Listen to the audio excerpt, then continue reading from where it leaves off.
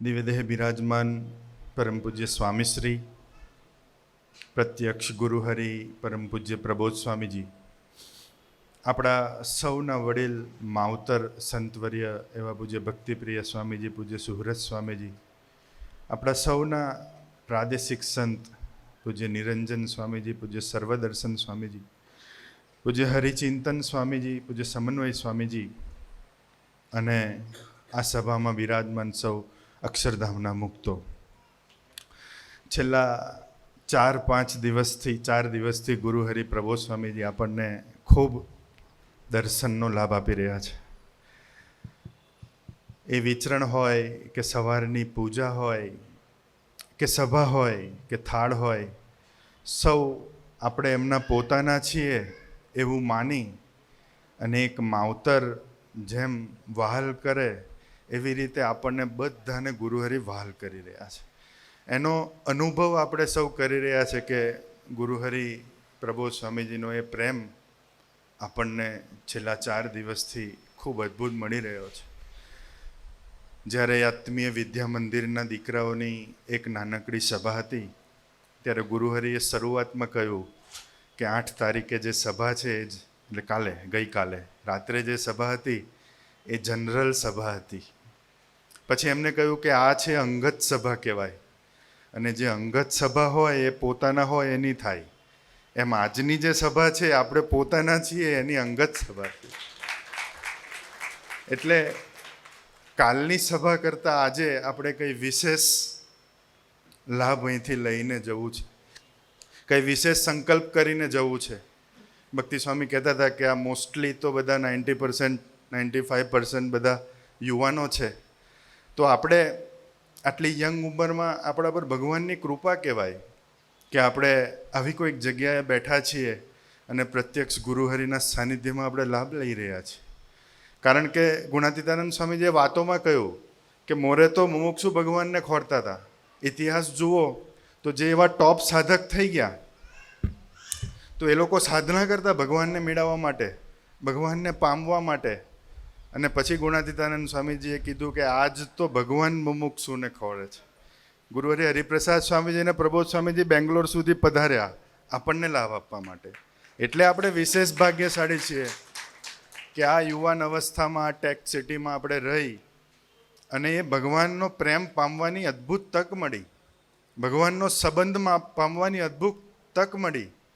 અને જેમ નિરંજન સ્વામીજી ઓલવેઝ વાત કરે છે કે ગુરુહરિ કહે છે કે we are selected chosen once. તો એ ચોઝન વન્સ થવા માટે થવાનું જે પ્રિવેલેજ છે એ આપણને સૌને મળ્યું. એટલે આપણે ભાગ્યશાળી છીએ. અને એ મફતમાં મળ્યું. આપણે કોઈ એવી સાધના કરી નથી, આપણે કોઈ એવું તપ કર્યું નથી કે આપણને આ ભગવાન સ્વામિનારાયણની જે જીવતી ઉપાસના છે એમાં બેસવા મળે. હમણાં જ આજે જ ગુરુહરિ પ્રબોધ સ્વામીજીની એક ક્લિપ સાંભળતો હતો પ્રવચનની. એમાં ગુરુહરિ પ્રબોધ સ્વામીજી કહે છે કે આપણને ભગવાન મફતમાં મળ્યા. તો મફતમાં શું મળ્યા? કે હમણાં જ અમારો સારથી કહેતો હતો કે સ્વામી આ બેંગ્લોરમાં રહીએ તો એકાદશી બધું તો ખબર જ નહીં પડતી, કે છે કંઈ જતું રહે. એક ઉપવાસ કરવાની બી આપણી હવે શક્તિ તાકાત રહી નહીં ને, કદાચ હશે તો આજુબાજુવાળા મોડા પાડી દે કે ચાલ ને ભાઈ, ચાલે હવે આ એક દિવસ તો રોજ લઈએ જ છે ને. પણ રામેશ્વર પણ ના, એવું એન્વાયરમેન્ટ રહ્યું કે આપણને કોઈ તપ કરવા માટે પ્રેરિત કરે. અને એવા આ અત્યાધુનિક સમયમાં જ્યારે ભગવાન સ્વામિનારાયણનો સંકલ્પ છે અને એ જીવતી ઉપાસનાને જીવતા પુરુષો જ્યારે દર્શન કરવા આવે એ આપણા માટે જેકપોટ કહેવાય. કારણ કે આ ભગવાનના દર્શન એમ થાય એમ જ નથી. એટલે ગુરુહરિ પ્રબોધ સ્વામીજી કહેતા હતા કે એ તો મફતમાં સંબંધ આપ્યો, મફતમાં સંબંધમાં લીધા. પણ ભગવાન મળ્યા પછી શું કરવાનું? જે ભગવાનને શોધવા માટે અનંત વર્ષો સુધી તપ કરવું પડે એવા ભગવાન સહેલાઈથી જ્યારે સંબંધ આપે ને પ્રેમ આપે, તો એ મળ્યા પછી શું કરવાનું? મળ્યા પછી ગુરુહરિ પ્રબોધ સ્વામીજીએ 3 વસ્તુ કીધી. એટલી બધી મસ્ત વસ્તુ કીધી. એ કહે છે પહેલું તો એને જાણવા પડે કે કોણ છે. તો નિરંજન સ્વામીજી જેવા સંતો અહીંયા આગળ પધારે છે તો ઓલવેઝ આપણને શું ઘૂંટાવે છે કે આ પુરુષો આ લોકના નથી, આ અક્ષરધામથી પધાર્યા છે અને આપણને પણ એ જ અક્ષરધામમાં લઈ જવા માટે આપણી પાસે આવ્યા છે. આજે અમે ગુજરાતથી આવ્યા.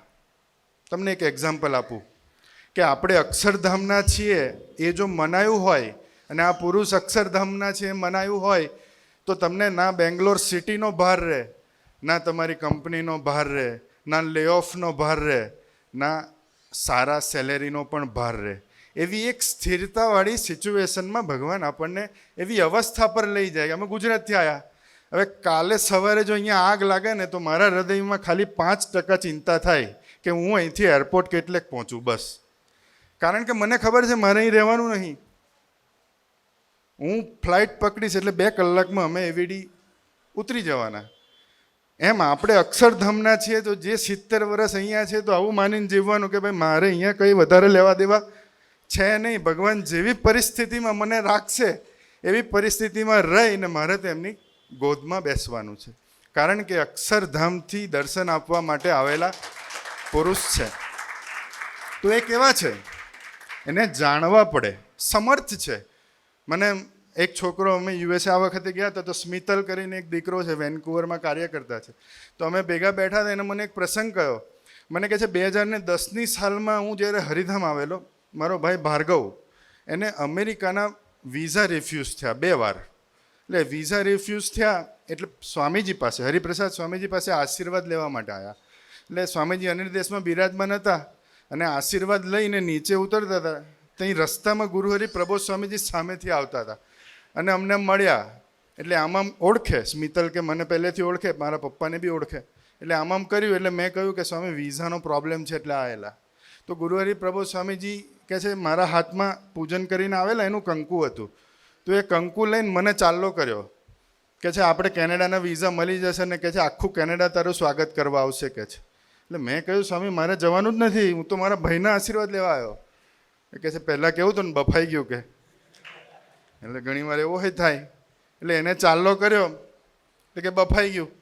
પણ હવે પ્રબોધ સ્વામીજીના આ તો જસ્ટ એક કેઝ્યુઅલ ટોક. એ તો સમય 2010 જતો હોય રહ્યો. 2012માં આને એડમિશન મળ્યું કેનેડામાં અને એના વિઝા આવ્યા. ત્યાર પછી એને ફ્લાઇટ બુક કરવાની હતી અને એ સમયે જ્યારે એને પ્રબોધ સ્વામીજીએ 2010માં કહ્યું ત્યારે પ્રબોધ સ્વામીજી કેનેડાના પ્રાદેશિક સંત નહોતા.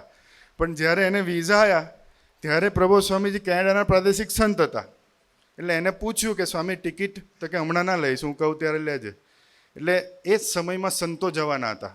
એટલે કે સંતોની જોડે લઈએ એટલે ભેગા સેવામાં બી કામમાં આવે. તો સંતોની સાથે ટિકિટ લીધી અને એ ટોરન્ટો એરપોર્ટ પર ઉતર્યા. તો ગુરુહરિનું પ્રબોધ સ્વામીજીનું સ્વાગત કરવા માટે 500 જણા આવેલા અને આ ભગત સેવક તરીકે જોડે.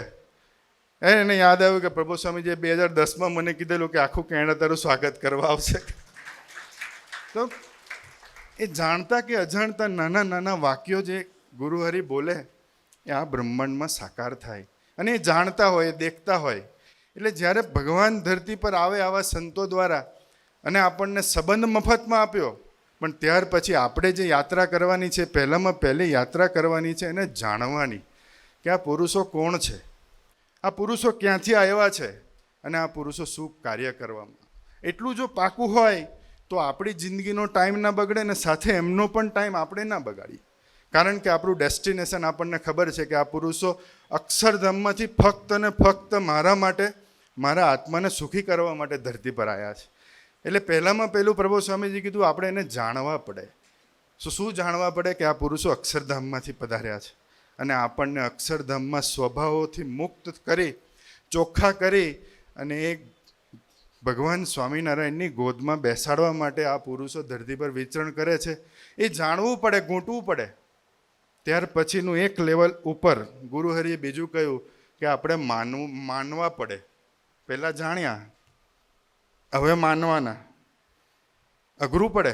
જ્યારે તમારી નીચે રેલો આવે, તમે અહીંયા આગળ સારામાં સારો કોર્સ કર્યો, ભણ્યા 11 કલાક અને જ્યારે 4-5 મહિના સુધી જોબ ના મળે ત્યારે પછી એને અક્ષરધામના પુરુષ માનવા, એના માટે ભજન અને આવા નિરંજન સ્વામી જેવા સંતનો કોન્સ્ટન્ટ સમાગમ જોઈએ તો મનાય, બાકી ના મનાય.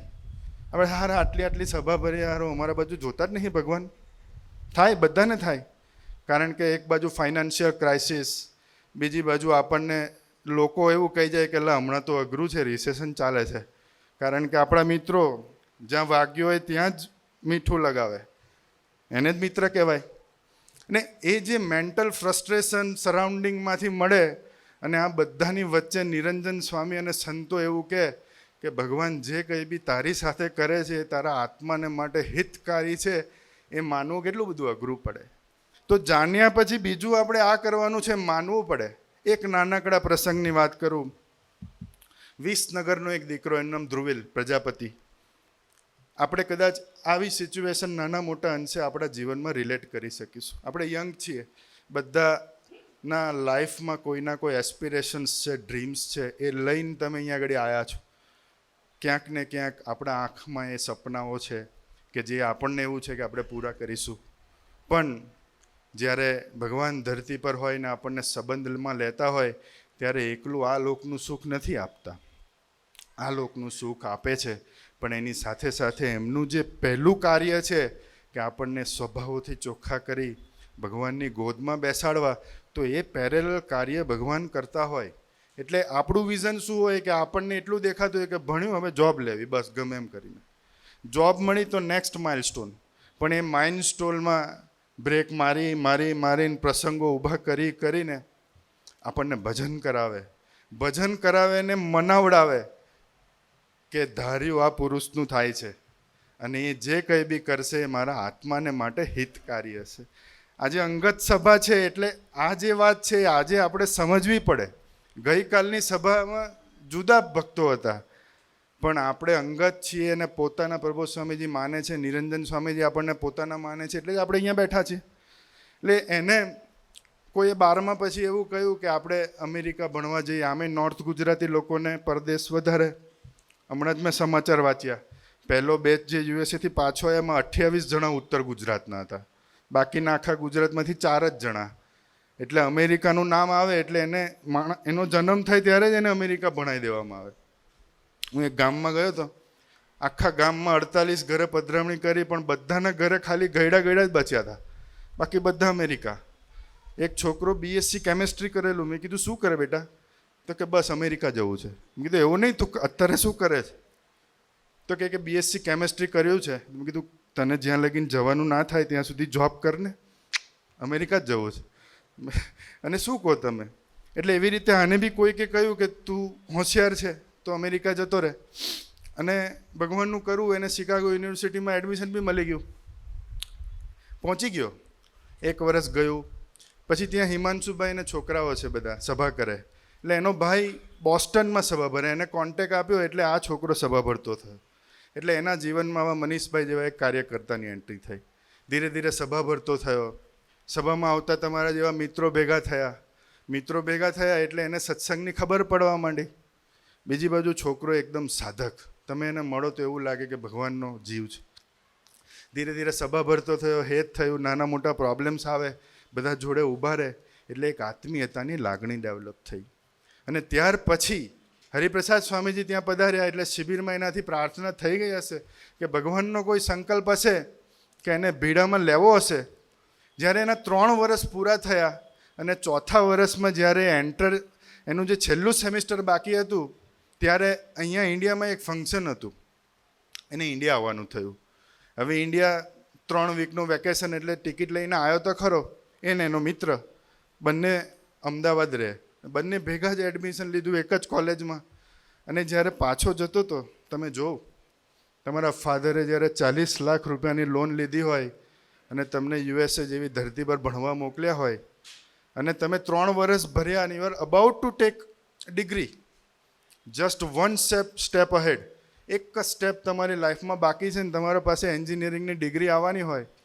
અને એ જ્યારે ત્યાં જતો હતો, 2 ઇમિગ્રેશન કાઉન્ટર પર, એક પર એનો મિત્ર ગયો ને એક પર એ ગયો. એના મિત્રને 2 પ્રશ્નો પૂછ્યા અને જવા દીધો. આનો પાસપોર્ટ લીધો ને આને પ્રશ્નો પૂછ્યા 45 મિનિટ. એને વાતોમાં એવું કીધું કે આજે હું તને અંદર નહીં જવા દઉં. લાસ્ટ સેમિસ્ટર બાકી છોકરાનો. છોકરો 34-35 કલાક ટ્રાવેલ કરીને શિકાગો એરપોર્ટ પર લેન્ડ થયો હતો. અને એને પહેલાં એ કીધું કે રૂમમાં ચાલ. થોડો બાયસ ટાઈપનો વ્યક્તિ હતો, એને એવું મને એવું કહેતો હતો. એને રૂમમાં લઈ જઈને એને ઇન્ટ્રોગેટ કર્યો કે તું અહીંયા જોબ કરે છે, એવા અમારા પાસે ઇન્ટેલ છે. એ પેલો કે મારા આન્સર તો બે જ, કે ભાઈ હું નહીં કરતો ને ભણું છું. પણ એ ફેરવીને પ્રશ્નો પૂછે, 3.5 કલાક પ્રશ્નો પૂછ્યા. અને એને મારા પાસપોર્ટ પર ડાયાગોનલી કેન્સલ્ડ લખી અને મને નેક્સ્ટ અવેલેબલ ફ્લાઇટમાં પાછો બેસાડી દીધો. કેવું હાલત થાય? આમાંથી કદાચ આટલી વર્સ્ટ સિચ્યુએશન કોઈના જીવનમાં નહીં આવ્યો. આઈ હોપ સો કે ભાઈ તમારું કરિયર અબાઉટ ટુ એન્ડ અને તમને જ્યારે એક નવી દુનિયામાં સેટલ થવા જવાના હોય અને ત્યારે તમારી આંખ સામે આમ પડી ભાંગે, કેવું લાગે? અને એને મને વિઝાનો ફોટો બતાવ્યો, કેન્સલ્ડ, લાલ અક્ષરમાં સિક્કો અમેરિકન એમ્બેસીએ ત્યાં ઇમિગ્રેશન ઓફિસરે માર્યો, પાછો બેહાડી દીધો. અમદાવાદ આવ્યો, એના પપ્પા ટેન્શનમાં, મમ્મી ટેન્શનમાં, કારણ કે દેવું કરેલું. ભણવા હવે છોકરો પાછો આવ્યો, કરવું શું? એના પપ્પાને ઓલરેડી દેવું. હમણાં જ એની સિસ્ટરના મેરેજ હતા તો ગુરુહરિ પ્રભુ સ્વામીજીને કંકોત્રી આપવા આવેલા હમણાં 5 દિવસ પહેલાં. આજે દેવું છે. એ વખતે તો કેવું હશે? એટલે ઘરે આવ્યો પછી તે વખતે બ્રહ્મવિહારી સ્વામીજી ત્યાંના પ્રાદેશિક સંત હજુ સેવા ગુરુહરિએ મને સોંપી નથી એટલે મારા સંપર્કમાં નહીં. પછી તો બ્રહ્મવિહારી સ્વામી કીધું આપણે ભજન કરો અને પ્રયત્ન કરો. હવે પ્રયત્નમાં શું? તો કે ભાઈ બધા મોટા કન્સલ્ટન્સી પાસે જાય અને એનો કેસ કે હવે હું શું કરું. એટલે એક કન્સલ્ટન્સીવાળાએ એને એવું કીધું કે તમે ફરી વિઝા અપ્લાય કરો. એટલે 2, 4, 5 વીકમાં ડેટ મળી તો ફરી ગયા. તો એને ઓફિસરે જોયું કે ભાઈ તારા કોર્સમાં તો ખાલી 6 વીક જ બાકી છે, હવે તારે કે અમેરિકા જવાની જરૂર જ નથી. ના આપ્યા વિઝા. કહે છે તું ઓનલાઈન કરી લે અને તને ડિગ્રી મળી જશે. યુનિવર્સિટીમાં હોય એવા પ્રોવિઝન્સ. એટલે પાછો આવી ગયો. એને થોડું કહેવાય કે ભાઈ મારે ત્યાં જવું ડિગ્રી કરવા નહીં, સેટલ થવા જવું. 40 લાખ રૂપિયા મારે ભરવાના છે બાપાના. પણ ભગવાન જ્યાં કસોટી કરે ત્યાં આખી દુનિયા તમને પછી બીવડાવે. પછી બીજા એક મોટા કન્સલ્ટન્ટ પાસે ગયો કે જે પ્રાઇમ મિનિસ્ટરના ડેલિગેટ્સના વિઝા કરે. તો એને એ કહે છે મને આવી રીતે આંગળા બતાવે કે હવે તને ઓસ્ટ્રેલિયા બી 5 વર્ષ નહીં આપે વિઝા, ન્યૂઝીલેન્ડ બી 5 વર્ષ નહીં આપે, કેનેડા બી 5 વર્ષ નહીં આપે ને યુકે બી નહીં આપે, કારણ કે અમેરિકાએ તને ડિપોર્ટ કર્યો. પહેલાં કહે છે મને તો બેઠા બેઠા હાર્ટ એટેક આવી ગયો. પણ એના પપ્પા ફરી પ્રયત્ન કરે. પછી જાન્યુઆરી 2023ની આ વાત છે. એક કાર્યકર્તાની મિટિંગ હતી. સમય ઓછો છે, આપણે શોર્ટમાં સમજી લઈએ. કાર્યકર્તાની મિટિંગ હતી, એમાં એને મેં બોલાયો હતો છોકરાને, એનો ભાઈ નિકુંજ એની સાથે, અને હિમાંશુભાઈ શિકાગોવાળા ત્યાં હતા. એટલે પછી મને મળવા આવ્યા. મને કે સ્વામી આ પેલા ધ્રુવીલને આશીર્વાદની બહુ જરૂર છે, સ્વામીજીને પ્રાર્થના કરો ને. એટલે મેં કીધું મને ખબર નથી એને શું પ્રશ્ન છે. પછી બહાર લોબીમાં આખો પ્રશ્ન સાંભળ્યો. બોલો હું તો 15 વર્ષથી સાધુ છું અને ગુરુહરિ પ્રભુ સ્વામીજીના મહિમાની વાતો કરું છું, પણ જ્યારે જગત બાજુનો ધડાવ વધારે હોય ત્યારે મને ઇન્ટરનલી એવું થઈ ગયું કે ભાઈ તારું કંઈ નહીં થાય. પ્રશ્ન સાંભળીને હવે તમને બી આમાંથી આ કેસમાંથી કોઈ આશાનું કિરણ ના દેખાય, કારણ કે આપણને ગુરુહરિ પ્રભુ સ્વામીજીના વિશ્વાસ કરતાં યુએસની ઇમિગ્રેશન સિસ્ટમ પર વિશ્વાસ વધારે, એટલે ના મનાય કે ભાઈ એ કરનાર છે.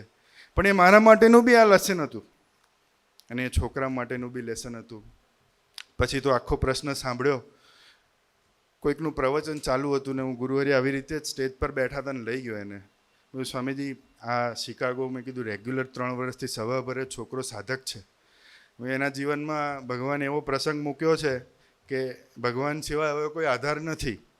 ગુરુહરિએ સાંભળ્યું કે શું થયું, તો કે કેનેડા અને યુએસએથી ડિપોર્ટ કર્યો છે અને હવે લોયરો એવું કહે છે કે આપણે કેનેડા એકવાર ટ્રાય કરીએ.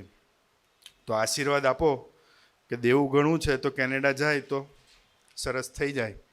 પ્રભુ સ્વામીજી સાંભળ્યું, થોડું બેઠા. પછી જે મને એમનું જેસ્ચર મને ક્યાં ગમ્યું, એ હસ્યા.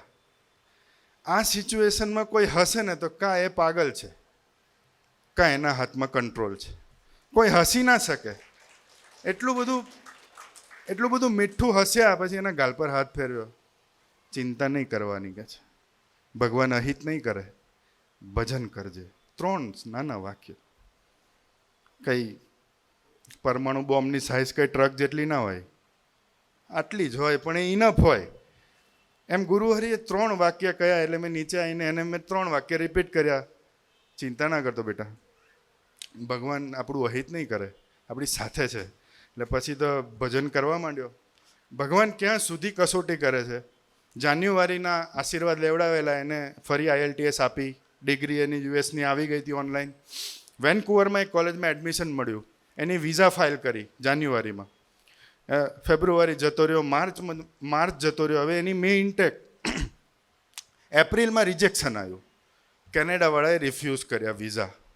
એટલે મને એને ફોન કર્યો, મને કે સ્વામી કેનેડાના વિઝા પણ રિફ્યુઝ થયા.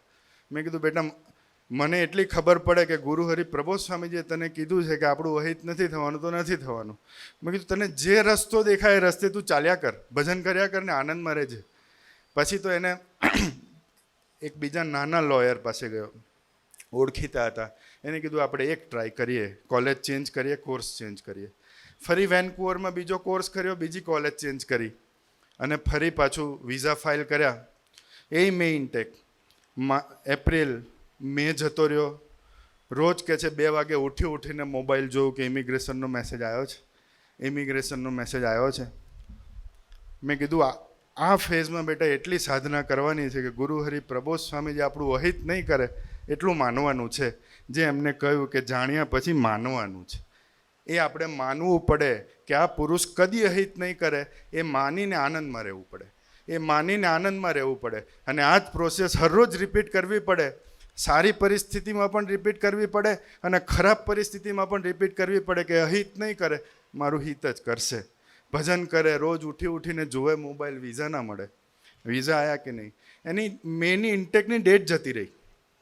એટલે એને ઈમેલ કર્યો તો એને એ ઇન્ટેક ઓગસ્ટમાં કરી આપી. પછી જૂન મહિનાની 23 તારીખ, આજે મારા મોબાઈલમાં રાત્રે 2:30 વાગ્યાનો મેસેજ એનો પડ્યો છે. 2 વાગે ઈમેલ આવ્યો, your visa has been approved. આટલી બધી 1.5 વર્ષની યાત્રા પછી છોકરાના વિઝા મળ્યા અને અત્યારે વેનકુવરમાં સરસથી સત્સંગ કરે છે. અને જેમ અહીં છોકરાઓ રહે છે એવી રીતે એ જ છોકરાઓ ભેગો રહે છે. પણ પછી મેં એને પ્રશ્ન પૂછ્યો, બેટું 2 વર્ષ પહેલાંનો ધ્રુવિલ અને અત્યારના ધ્રુવિલમાં ફરક શું છે? કે સ્વામી હવે એક નિષ્ઠા એવી પાકી થઈ છે કે મારા જ લાઈફમાં ગમે એવી પરિસ્થિતિ આવશે ને એટલું મનાશે કે ગુરુહરિ પ્રબોધ સ્વામીજી ક્યારે અહિત નહીં કરે. એ 2 વર્ષમાં ભજન કરાય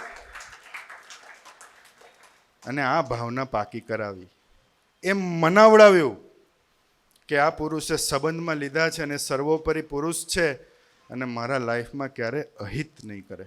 યાત્રા તો હજુ ઘણી ચાલશે પણ આ એક માઇલસ્ટોન પૂરો કર્યો. છેલ્લો એક પ્રસંગ પછી ગુરુહરિ પ્રબોધ સ્વામીજીએ ત્રીજું વાત કીધી કે પહેલાં જાણવા પડે, પછી માનવા પડે અને ત્રીજું આત્મા સાથે જડવા પડે. આ જે જડવા પડે છે ને એ હુંમાંથી તુંની યાત્રા.